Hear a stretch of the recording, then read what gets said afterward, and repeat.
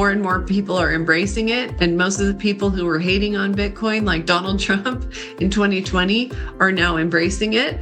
And Donald Trump and his whole administration want to do a big race to get the most Bitcoin and get rid of our federal deficit due to the gains of Bitcoin, like El Salvador just did. El Salvador paid off their national debt and then bought another 6,000 Bitcoin. Ready to live at the higher vibrations, where peace, love, joy, and good health are the daily standard? That's what this show is all about. Welcome to Vibe. And here's your host, Robin Openshaw. Hey everyone, Robin Openshaw here. I have the Green Smoothie Girl brand, health and wellness. Some of my colleagues call me the OG because I've been out there over 18 years teaching people about health and wellness. But also the last 5 years, I've had a website called takeactionforfreedom.com. And the last 4 years, I've been teaching about crypto. And the more I teach about crypto, the less interested I get in the altcoins and the more fascinated I become by Bitcoin, and have consolidated my investing there. But what I want to talk to you about today is real estate versus Bitcoin, because what most people understand, especially the boomers, and my parents are the silent generation, both my parents are still alive. What they understand is when you're saving money and you've worked really hard and you're more senior level in your career, the big dream is to get rental properties. Well, I bought my first rental property when I was 21 years old. I bought a duplex. By the time I was 25, I'd bought a fourplex. And so I had done that off and on and sort of got to know the investing space when it comes to real estate. And when COVID hit, I had, I want to say 24 doors. That's what we call like how many units you have. Duplexes, fourplexes, single family homes, condos. And in 2022, after I had seen a meteoric rise in my real estate investments, especially in Utah and Florida, and I had 11 units in Tennessee, I thought this is probably like an all-time high, especially when you adjust for inflation. Like a lot of people think my real estate's going up, up, up, I'm doing great, but they're not accounting for how many dollars were dumped into our economy. During COVID, they printed about $7 trillion, and that got dumped into the economy. And I don't know how big the M2 monetary system was, but let's say it was $20 trillion. I'm probably not all that far off. So you dump another $7 trillion in there, and you can expect that there's about another 25% more money. You're going to see about 25% of your purchasing power lost. So your dollars are worth about 25% less. I actually think our dollars have been debased more than 25% in the last 4 or 5 years, and it's a trend that we can't ignore. So sure, my real estate properties were worth more, but I thought I better get out right now while people are flooding into Florida and get rid of some of my extra properties here. I did keep a duplex, and my beach house has a 2-bedroom separate unit on the main floor, and then we live in the upstairs 2-bedroom unit. So kept those and sold everything else, and sold at the top of the market, and took that money, and I didn't plow it all into Bitcoin immediately. I have been on a 5-year research junket on Bitcoin, and I started just like you are, starting with, well, what is Bitcoin? Is it real? Is it just some piece of code? Is this going to be a bubble? Is it going up and then it's going to crash? I had all the same questions that you do. And while I can't cover it in this short video, we do have a mastermind every Wednesday night. And I spend about 20 or more hours a week in research and listening to the very best analysts out there and the ones who understand Bitcoin the most and understand the macro economy in which Bitcoin is becoming a bigger and bigger part of it. For instance, I listened to a guy who has a new book coming out in February 2025, just coming right up, about Bitcoin. And he said, back in 2020, I wrote a paper predicting that by 2021, or actually maybe several years out, that there will be a market cap of a $500 million in Bitcoin. Now, the market cap is, for those of you who don't know that term, it's the total value of the whole asset. And so he was predicting that it would go to $500 billion. Well, it's on its way to 3 trillion, you guys. Just a handful of years later, 4 or 5 years later, the asset is now worth closer to $3 trillion. And, as I'm recording this, yesterday, the most successful stock in the entire American set of stock exchanges, NVIDIA, tanked by 17%.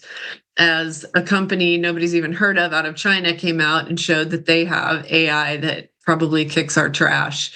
And so we lost 17% in that stock, and the whole AI tech sector took a hit.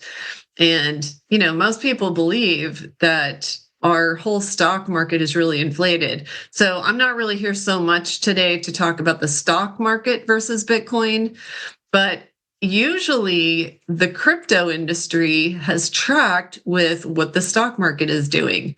I don't know if it really tracks to what real estate is doing, but here in Florida, I have, 3 properties. 2 of them are duplexes or have 2 units in them. And I'm talking to you here from my homestead, which is in Florida. You can have a property where, whether it's paid off or whether you have a mortgage, nobody can take it from you in a lawsuit. So you can pick one property and have it as a homestead. So this one's gated and fenced and tons of fruit trees and gardens. So I love real estate.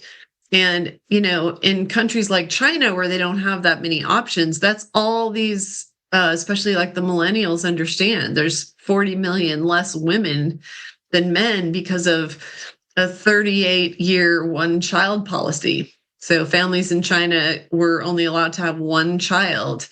And unfortunately, as awful as this sounds, the boys being an asset and girls being a liability, they killed a lot of baby girls at the bottom of the well, unfortunately, and they've got 40 million more millennial men than women. So how do these young men compete for the fact that most of them will never be able to be married, never have a family, some of them will never even have sex? Well, they buy rental properties. And you've got all these unfinished cities all over China. And some people have documented them and driven into these cities that just got half built and abandoned. Well, the way real estate works in China is if you save your money and you parlay it into debt and you're willing to borrow for a new condo or an apartment in a high rise, you start making your mortgage payments on it before that property is even maybe started or definitely finished.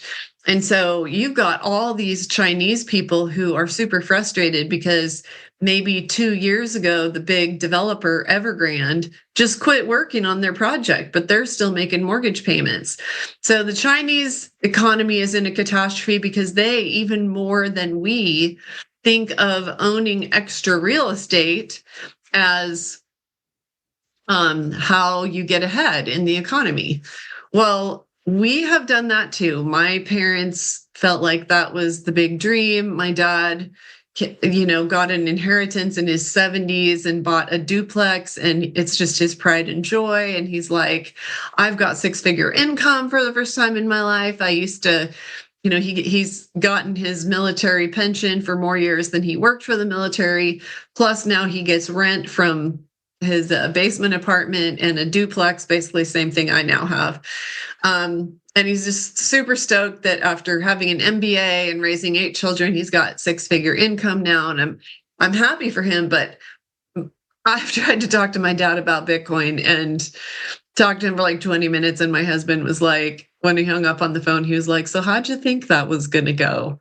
And I said, well, about like it went, kind of got a blank stare. I don't think you'd get much more from Warren Buffett. Apparently, Warren Buffett has not invested in Bitcoin, but Warren Buffett has sold out of a whole ton of stocks. He knows that a stock market crash is likely coming. We might be in the middle of it right now. And so he's sitting liquid trying to figure out what to do. And that's what a lot of people are doing. They're sitting with money on the sidelines trying to decide what to do. Well, I was buying Bitcoin starting when it was $8,000. If you know anything about Bitcoin, you know that in beginning of January 2025, I think, it went over $100,000 for a coin. So I've started buying Bitcoin. I probably bought 5 or 6 Bitcoin back in March of 2020 at 8,000. And then I kept buying and buying more. The more confident I got in it, the more research I did in it. And the more I felt like it was going to be the digital safe store of value of the future. And there's lots of ways that we could go with this. Like, you probably want to come into our mastermind and learn what the blockchain is. Think of it as sort of the backbone of these crypto projects, including Bitcoin. And to understand that Bitcoin isn't a company. There's no corporation that can go after and shut it down. There's no corporation that can go bankrupt. It's a truly decentralized project. And it's one of the only cryptos out there that's truly decentralized. And there are thousands of node operators. You could be one. You could go invest in some hardware and you could mine for Bitcoin. And it could be like a weekend project. It's apparently not super, super hard. I don't do that. I'm just a Bitcoin investor. You don't have to mine for Bitcoin. But when somebody mines it and it's on the open market, I've bought it, and I've bought a lot of it. And it's now my number one off-ramp strategy, which used to be real estate. I understood real estate. I bought my first rental property when I was 21. And in 2022, I realized that tenants were going to have a hard time paying their rent. Even the very conservative state of Florida was talking about rent controls. And of course, what tenant doesn't want to hear about rent controls, where your rent can't go up more than 2% a year, or whatever it is. New York City's had rent controls for years and years and years. Well, that's great for tenants. But as a landlord, as your property is supposedly worth more, your taxes go up and your insurance goes up, especially if you've made a claim. And here in Florida, you need flood insurance. I had to make a $55,000 claim after a hurricane on my beach property here in Florida. And so your expenses are going up and up and up if you're the landlord. And then if the tenants have a cap and you can't raise rents, and rents are coming down in Florida, which they should. And I'm really glad for tenants that they're naturally coming down as a result of market forces. Jacksonville, Florida, where I'm like 60 seconds from the Jacksonville border, is one of the top places in the country where rents have come down. And I'm glad, because tenants were getting the raw end of the deal and their rents were going up, up, up, and their incomes weren't matching it.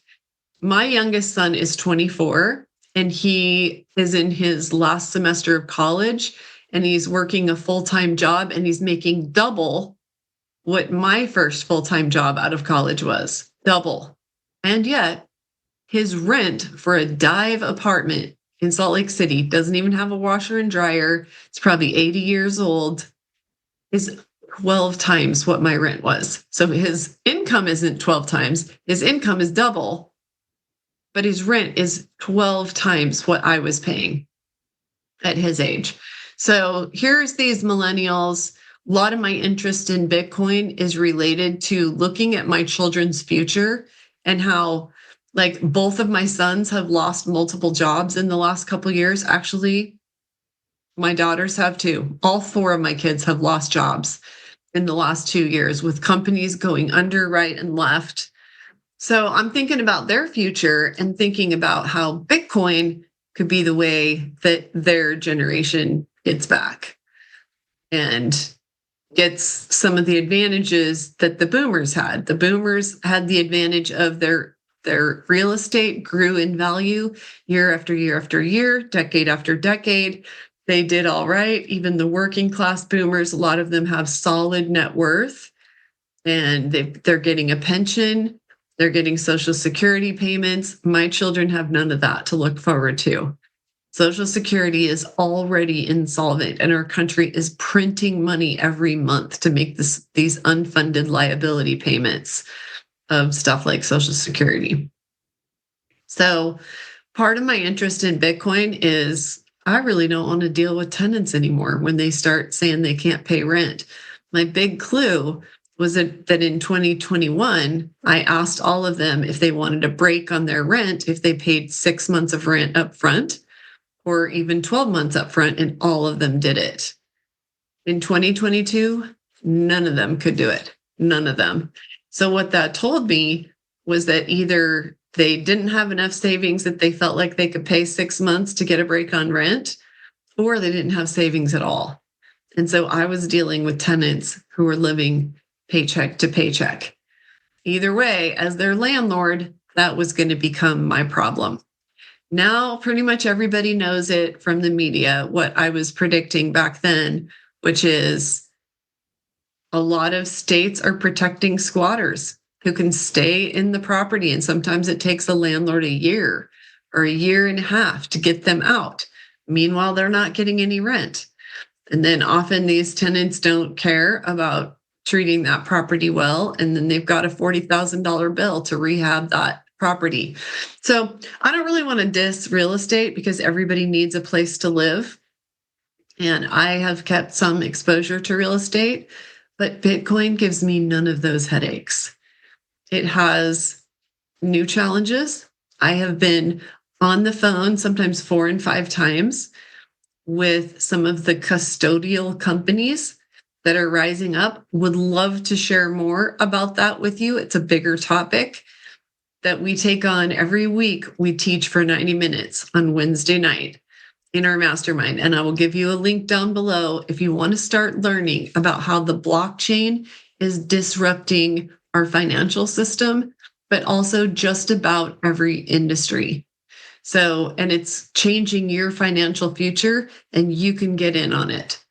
Another reason I'm in Bitcoin and have way less real estate, besides all the hassles associated with real estate and the fact that we have a new, better option now, is that a lot of countries and cities and counties and pension funds and huge public companies all over the world. Remember, it's a global asset. And you can do a deal and transfer money on Sunday night at 11 p.m. It's not closed down like the stock exchange is. You can buy it on Saturday night at 8 p.m. or sell. And it's just an amazing new asset class, and nobody's calling it a pet rock anymore. Nobody's saying it's not valid anymore. Even mainstream media is talking about it every day. So it's still early. I will explain why, but you and I, we, the regular people, can front end run countries and cities and counties and public companies and more who are going to be piling into this asset over the coming years. So join our mastermind, and we're going to teach you about where you have the options to buy and sell Bitcoin and other cryptos. We do talk about other cryptocurrencies, and I've invested in, I don't know, I probably have about 10 or 15 of them right now. Recently, I consolidated, and I am way more big in Bitcoin and have smaller positions in some of these other altcoins. But I'll tell you why. And I'll tell you where I buy and sell and the research that I've done on these custodial companies, because some of you will want to hold it on a cold wallet and trust yourself and set up a system where you have access to it and no third party is involved. And we will teach you how to do that. And we will also teach you how, as Bitcoin has become de-risked and more people are embracing it, and most of the people who were hating on Bitcoin, like Donald Trump in 2020, are now embracing it. And Donald Trump and his whole administration want to do a big race to get the most Bitcoin and get rid of our federal deficit due to the gains of Bitcoin, like El Salvador just did. El Salvador paid off their national debt and then bought another 6,000 Bitcoin. So amazing things are happening. More and more people are predicting it will become the global reserve currency, as our fiat currencies, like the dollar. There's a US dollar, there's a Canadian dollar. Don't the Aussies have a dollar? The ruble, the yen, the rupee, lots of different fiat currencies. All these countries are in at least as much trouble as the US is, probably more. I think Donald Trump will probably print at least $20 trillion during his second presidency. Okay, no president wants to be the one that has the legacy of the Great Depression and tons of homelessness. And we already have higher credit card debt write-offs from the credit card companies. I think they've written off 40 something billion dollars in the first 9 months of 2024. That's higher than since the great financial crisis. There's 10% of our commercial buildings are in foreclosure. We got some messes to clean up, and Trump's gonna have to clean them up. And whatever else you might say about him, he likes a debt economy. He has made his own wealth through debt. And so he is going to print money, and that's going to make your dollars worth less. So it's past time. It's past time to start learning what other alternatives that you have that might be immune to what's happening to the dollar and might even benefit as the dollar becomes worth less and less and less, and more people wake up and more people pile into the asset, which increases the demand for it and increases the price of it. So join us in the mastermind. You're going to get not just me, but I often bring in a guest speaker or other coaches to coach with me. We're at 8 p.m. every Wednesday, and the link will be down below. It'll give you a third free month. And as my friend, having listened this long, you can also use the coupon code ROBYN, ROBYN, all caps, for another $50 off. So it's cheap. It's like buy me a cup of coffee a day. And every week, we not only prepare comments to share with you every Wednesday night, but we also watch the chat and we listen to your questions. And you can't ask us anything that we think is dumb. All it will do is tell us, okay, we need to recalibrate. If we've been using jargon that you don't understand, it's totally okay to ask us. Everybody starts at the beginning. Everybody starts saying, I don't know what she means by blockchain. I don't know what market cap means. Please define those things. And you know what? You can go on YouTube and you can start listening to the crypto bros, and they will use so much jargon that most people just give up and quit and say, I can't understand it. But my goal is, because I've been a teacher for so many decades, my goal is if I can't make it simple enough that you can understand, I will come through a different door until you do understand it. Because when the lights go on, it's really exciting. And I really love it when you come to class. You can be a black box and I'll just see your black box with your name on it. That's fine. But I love it when some people actually put themselves on camera. And so I feel like I used to when I was a university professor, and I could see the light bulbs come on in your eyes. Or I can see confusion and realize I need a different metaphor, or I need to define some terms, or I need to explain. So would love to have you in our mastermind. Check out down below for your third free month deal. And also use coupon code ROBYN. That's my first name with a Y, for another $50 off. And I'll see you on Wednesday nights. And if you can't come, that's okay, because all of the classes are recorded for you. And now's a great time to just get caught up, get started learning about Bitcoin, because the people who come late to the party are the ones who are not going to necessarily, with 0.1 Bitcoin, become so wealthy that they can retire on it. Okay, so the earlier you come in, the better price you get.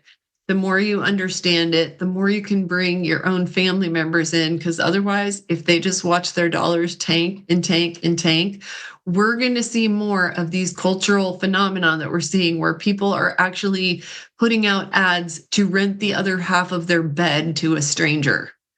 My younger daughter is literally sharing a 2-bedroom apartment with another couple. So 2 couples sharing a 2-bedroom apartment.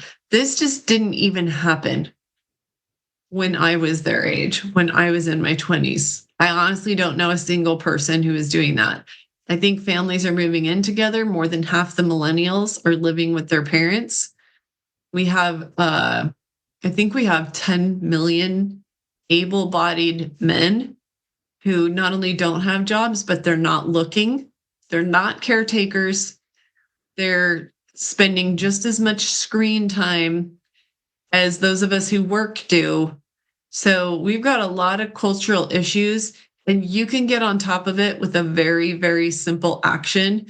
And I want to help you know, not financial advice, but I'll tell you what I did and why in simple terms. A lot of those crypto channels out there, God bless them. I love everybody who's educating on this topic, but we want to make sure, even if you're a brand new beginner, that you understand. It is not a subject that you're going to learn in 20 minutes.